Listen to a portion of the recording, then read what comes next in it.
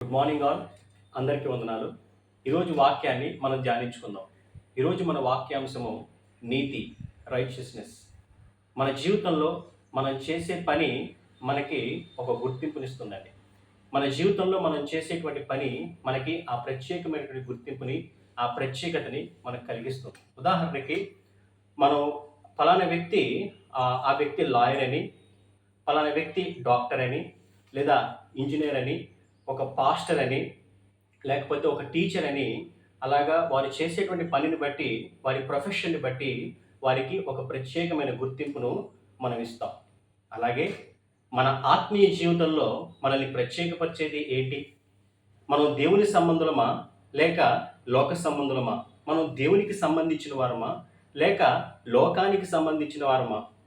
దుష్టునికి సంబంధించిన వారమా అని మనల్ని ప్రత్యేకపరిచేది ఏంటి అని మనం చూస్తే, మొదటి యోహాను పత్రిక 2వ అధ్యాయము 25వ వచనంలో 29వ వచనంలో, ఆయన నీతిమంతుడని మీరు ఎరిగి ఉన్నడల నీతిని జరిగించు ప్రతి వాడును ఆయన మూలముగా పుట్టి ఉన్నాడని ఎరుగుదురు.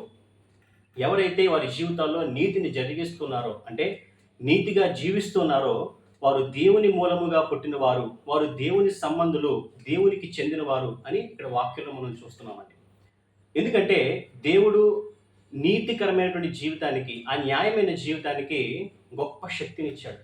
మత్తయి సువార్త 6వ అధ్యాయము 33వ వచనం మనం చదువుకున్నట్లయితే, కాబట్టి మీరు ఆయన రాజ్యమును నీతిని మొదట వెతుకుడి, అప్పుడు అవన్నీ మీకు అనుగ్రహింపబడును. ఆ మొదటి ప్రాధాన్యత, ఆ ఫస్ట్ ప్రయారిటీ అనేది దేవుడు నీతికి ఇచ్చాడండి, రైచియస్నెస్కి ఇచ్చాడు. అంతేకాదు మన దేవుడైన యెహోవా నీతిని ప్రేమించే దేవుడు అని వాక్యంలో రాయబడింది. కీర్తనల గ్రంథం 11వ కీర్తన 7వ వచనంలో, యెహోవా నీతిమంతుడు, ఆయన నీతిని ప్రేమించువాడు, యథార్థవంతులు ఆయన ముఖ దర్శనము చేసెదరు.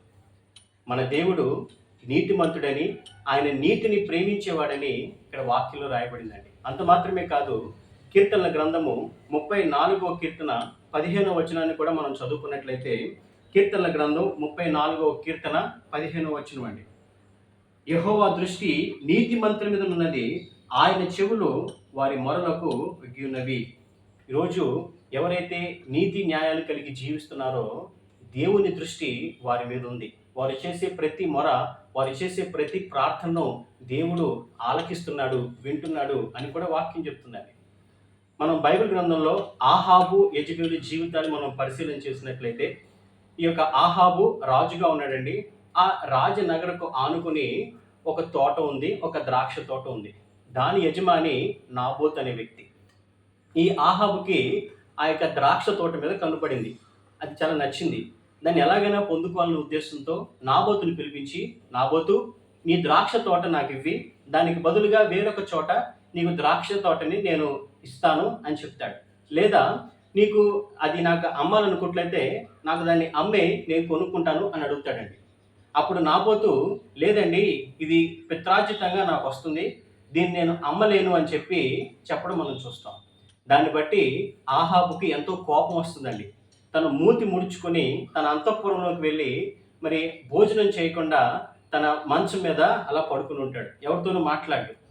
మరి ఈ విషయం తెలుసుకున్నటువంటి తన భార్య అయిన యెజెబెలు ఆహాబు దగ్గరకు వచ్చి, అయ్యా, నువ్వు ఈ రాజ్యానికి రాజు అన్న సంగతిని మర్చిపోయావా? నీకు ఆ పొలమే కదా కావాలి, ఆ తోటే కదా కావాలి, దాన్ని నేను నీకు రప్పిస్తాను అని చెప్పి, నువ్వు సంతోషించు, నువ్వు నీ భోజనం చేయి అని చెప్పి ఆమె యొక్క తాకీదు తయారు చేయించి దానికి రాజముద్ర వేసి ఈ రీతిగా రాయిస్తుందండి. ఏంటంటే, మీరు ఉపవాస దినమును చాటించండి, దానికి నాబోతుని పిలిపించండి. నాబోతు వచ్చినప్పుడు అతడు దేవుణ్ణి దూషించాడని, రాజును దూషించాడని చెప్పడానికి ఇద్దరు ఆ యొక్క అబద్ధ సాక్షుల్ని, ఆ యొక్క పనికి మాలిన వారిని మీరు ఏర్పాటు చేయండి. ఆ తరువాత మీరు వెళ్ళి అతన్ని రాళ్లతో కూడా కొట్టి చంపండి అని చెప్పి ఒక తాకీదును తయారు చేయించి రాజముద్ర వేసి అక్కడ ఉన్నటువంటి పెద్దలకును సామంతులకును దాన్ని పంపిస్తుందండి. మరి యెజెబెలు చెప్పినట్టుగానే వారు ఆ తాకీదును బట్టి ఆ ఉపవాస దినాన్ని వారు చాటించి నాబోతుని పిలిపించి అతని మీద నిందలు వేసి ఆరోపణలు చేసి అతడు దేవుణ్ణి దూషించాడని, రాజును దూషించాడని, అతని మీద ఆరోపణలు చేసి అతన్ని రాళ్లతో కొట్టి చంపినట్టు మనం బైబిల్ గ్రంథంలో చూస్తాం. మరి ఈ రోజుల్లో అనేక మంది మరి వారి యొక్క స్వార్థపూరితమైనటువంటి ఆలోచనల వల్ల తమ కోరికలు తీర్చుకోవాలనే ఉద్దేశంతో ఈ లోకాశల చేత ఈడవబడిన వారే వారి ఇష్టానుసారంగా వారు జీవిస్తున్నారండి. అవినీతి, అన్యాయమైన జీవితంతో మరి వారు జీవించడం మనం చూస్తున్నాం. కానీ ఆనాడు దేవుడు ఆహాబు యెజెబెల్ని విడిచిపెట్టలేదు. యెజెబెల్ చెప్తుంది ఆహాబుతో, ఇప్పుడు ఆ ద్రాక్ష తోట యజమాని బ్రతికి లేడు, నాబోతు చనిపోయాడు, నువ్వు వెళ్ళి ఆ తోటంతటిని ఆక్రమించుకో, నీకు నచ్చినట్టు నువ్వు చేసుకో అన్నప్పుడు ఆహాబు అక్కడికి వెళ్తాడండి. అదే సమయంలో దేవుడైన యెహోవా తన ప్రవక్త అయినటువంటి ఏలియాను పంపించి ఈ రీతిగా మాట్లాడతారు. ఆహాబు, ఇదిగో నువ్వు బలవంతంగా నాబోతును చంపి తీసుకున్నటువంటి యొక్క పొలాన్ని బట్టి, ఆ యొక్క తోటను బట్టి, నువ్వు ఏ రీతిగా అయితే, ఏ స్థలంలో అయితే నాబోతును రాళ్లతో కొట్టించి చంపావో, మరి నాబోతు రక్తాన్ని ఏ కుక్కలైతే అక్కడ మరి ఆ స్థలంలో తీసుకున్నాయో, అదే విధంగా నువ్వు కూడా నీ రక్తాన్ని కూడా కుక్కలు నాకుతాయి అని చెప్పి దేవుడు తన ప్రవక్త ద్వారా పలికిస్తాడండి. అంత మాత్రమే కాదు, నిన్ను నీ కుటుంబాన్ని కూడా నేను నాశనం చేస్తానని కూడా దేవుడు మాట్లాడటం మనం చూస్తాం. మరి ఈ రోజుల్లో కూడా అనేక మంది ఆ రీతిగానే జీవిస్తున్నారు. దేవుని కోపానికి, దేవుని ఉగ్రతకు వారు పాత్రులుగా జీవిస్తున్నారండి. కానీ మన జీవితంలో మరి ఎవరైతే నీతిగా జీవిస్తారో, న్యాయంగా జీవిస్తారో వారు దేవుని సంబంధులుగా, దేవుని కృపకు వారు పాత్రులుగా జీవించగలుగుతారు.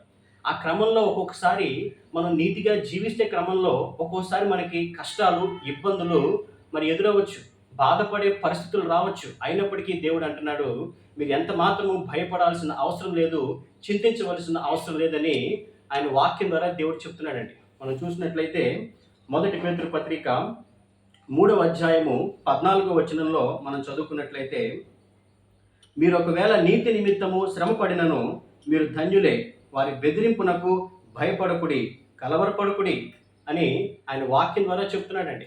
అంత మాత్రమే కాదు, నీతి నిమిత్తము మీరు ఆకలి దప్పులు గలవారైనను నేను మిమ్మల్ని తృప్తిపరుస్తాను అని కూడా దేవుడు ఆయన వాక్యం ద్వారా చెప్తున్నారు. మత్తయి సువార్త 5వ అధ్యాయం 6వ వచనంలో.